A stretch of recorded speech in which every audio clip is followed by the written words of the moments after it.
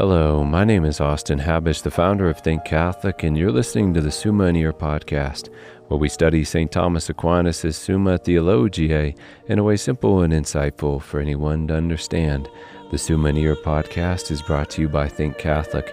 Taking 2 questions of the Summa a day, we'll seek to summarize St. Thomas's responses, discovering the brilliance of Aquinas and his Catholic faith is day 205.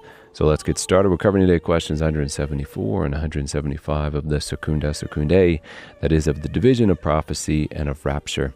The translation that I always use in these podcasts is the one generously provided to me by Ave Maria Press, a 5-volume set translated by the Fathers of the English Dominican province, which you can now get at a discounted price from Ave Maria Press's site by typing in the code Summa 10. And so here we go. Article 1, whether prophecy is fittingly divided into the prophecy of divine predestination or foreknowledge and of denunciation.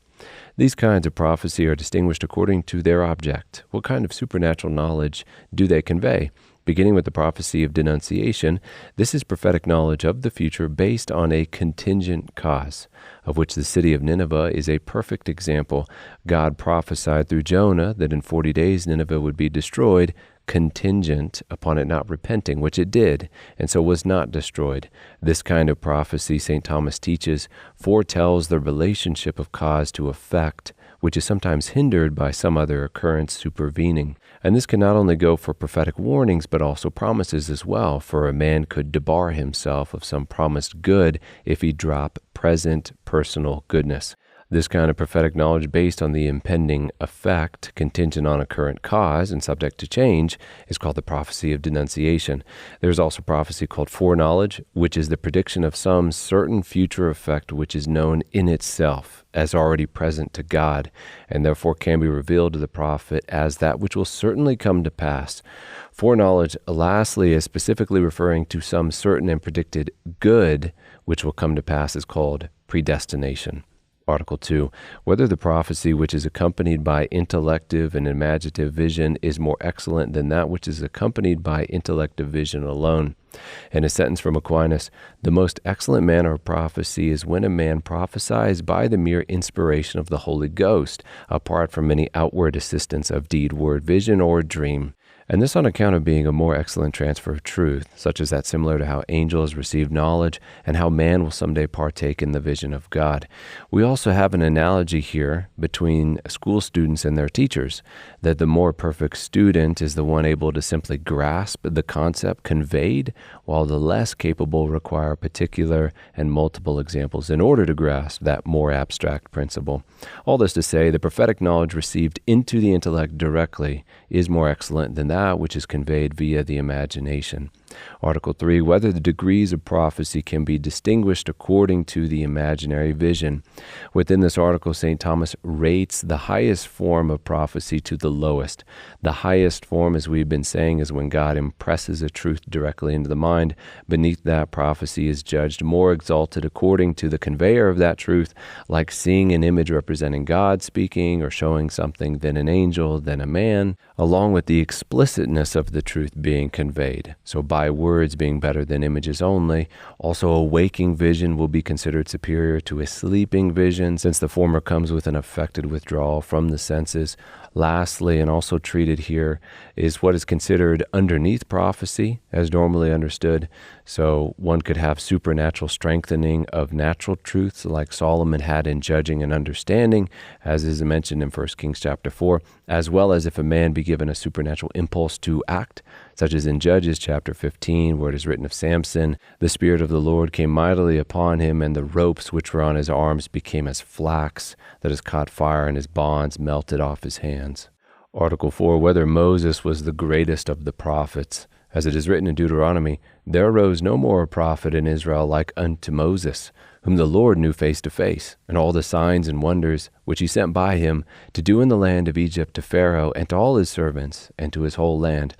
This would make Moses the greatest prophet, not only because he spoke to God face to face, which describes the exalted way in which prophetic knowledge reached him, but also in Moses because of the greatness of his miracles, by which he confirmed such prophetic knowledge. Through all the plagues in Egypt, the parting of the Red Sea, the manna in the desert.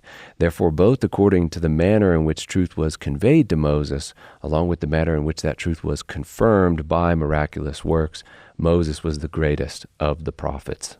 Article 5, whether there is a degree of prophecy in the blessed. Prophetic knowledge denotes remoteness from the prophet, either because the truth conveyed is something to occur in the distant future, or because of the remoteness of the medium conveying the truth, which is often through images which are of themselves remote from that truth being conveyed. The source of the prophetic knowledge is also something remote from the prophet himself, since the prophet is here on earth traveling towards heavenly union with God, but is currently absent from that supernatural union with God. And since none of this will be the case for those being enlightened by the beatific vision in heaven, St. Thomas concludes that the blessed are not to be called prophets. Article 6, whether the degrees of prophecy change as time goes on. And Aquinas says very bluntly that since Moses was the greatest of prophets, prophecy did not advance in degree as time went on. But probably more interestingly than that, St. Thomas teaches here that under each of the three divisions of human history, so before the law, after the Mosaic law, and after Christ, in each of these periods, the greatest prophets were the first to receive prophetic revelation in those periods. That would mean Abraham before the law, Moses who gave the law, and then the apostles after Christ. And Aquinas' words, the first revelation before the law was given to Abraham, for it was at that time that men began to stray from faith in one God by turning aside to idolatry, whereas hitherto no such revelation was necessary, while all persevered in the worship of one God. Again, in the state of the law, the first revelation which was given to Moses was more excellent, and on this revelation all the other revelations to the prophets were founded, and so too in the time of grace the entire faith of the church is founded on the revelation vouchsafed to the apostles concerning the faith in one God and three persons. Moving then on to question 175 of Rapture. Article 1, whether the soul of man is carried away to things divine. As it is written in the second letter to the Corinthians, I know a man in Christ who 14 years ago was caught up, raptum in the Latin, so raptured in English, to the third heaven. Whether in the body or out of the body, I do not know. God knows. Therefore, a man can be carried away or raptured in the mind towards supernatural things. And what do we mean by being raptured away? Exactly, St. Thomas writes, rapt, that is to say, uplifted, contrary to nature. And since it is according to our nature to receive knowledge through the external senses, and by then abstracting the essence from those things, then to be elevated in the mind towards knowledge of the supernatural, while at the same time being withdrawn from the external senses, is something contrary to our nature. This is what rapture is, and as we see in Scripture and in response to our article, a man can be carried away to things divine. Article 2, whether rapture pertains to the cognitive rather than to the appetitive power. And in a sentence from this article, we speak of ecstasy not when the mind wanders through fear, but when it is carried aloft on the wings of revelation. Now, revelation pertains to the intellective power. Therefore, ecstasy or rapture does also. Article 3, whether Paul, when in rapture, saw the essence of God. St. Augustine on this topic writes, possibly God's very substance was seen by some while yet in this life. For instance, by Moses and by Paul, who in rapture heard unspeakable words, which is not granted unto man to utter. Yet Aquinas steps in to say that the light of glory, which is what allows the mind to be informed directly by the essence of God, and was granted to such men in their rapture to know God as he is, was not an abiding quality in them, which is what heaven is, but instead something transitory. So did St. Paul see the essence of God when he was caught up to what he called the third heaven? Aquinas is of the opinion here, man's mind is wrapped by God to the contemplation of divine truth in one way, so that he contemplates it in its essence. Such was the rapture of St. Paul, also of Moses, and not without reason, since as Moses was the first teacher of the Jews, so was Paul the first teacher of the Gentiles.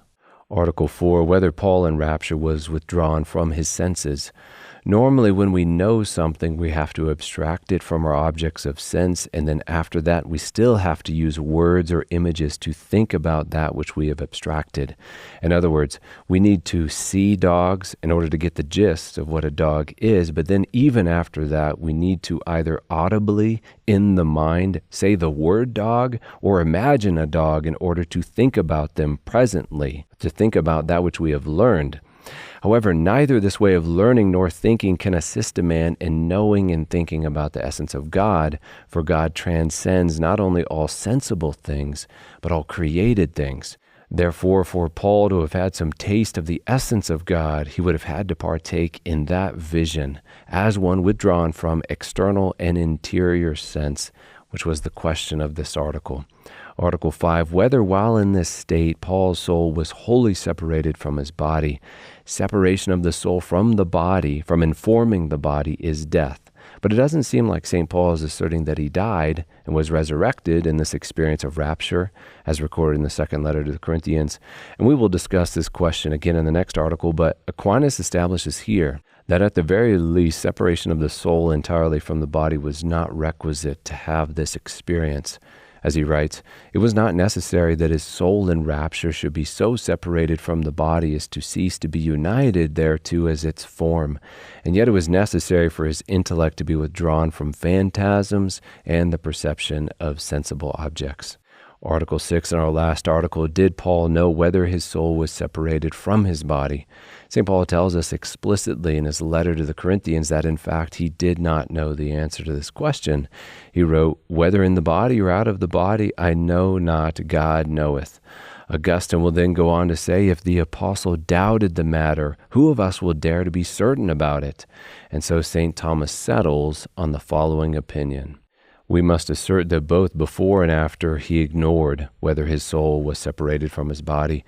Perhaps then we must infer that he ignored whether when he was rapt to the third heaven his soul was in his body, in the same way as the soul is in the body when we speak of a living body, either of a waking or of a sleeping man, or of one that is withdrawn from his bodily senses during ecstasy, or whether his soul went out of his body altogether so that his body lay dead.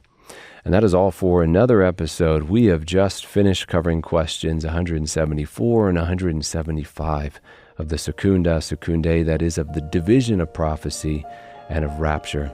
My name is Austin Habish with Think Catholic, and I cannot wait to see you tomorrow.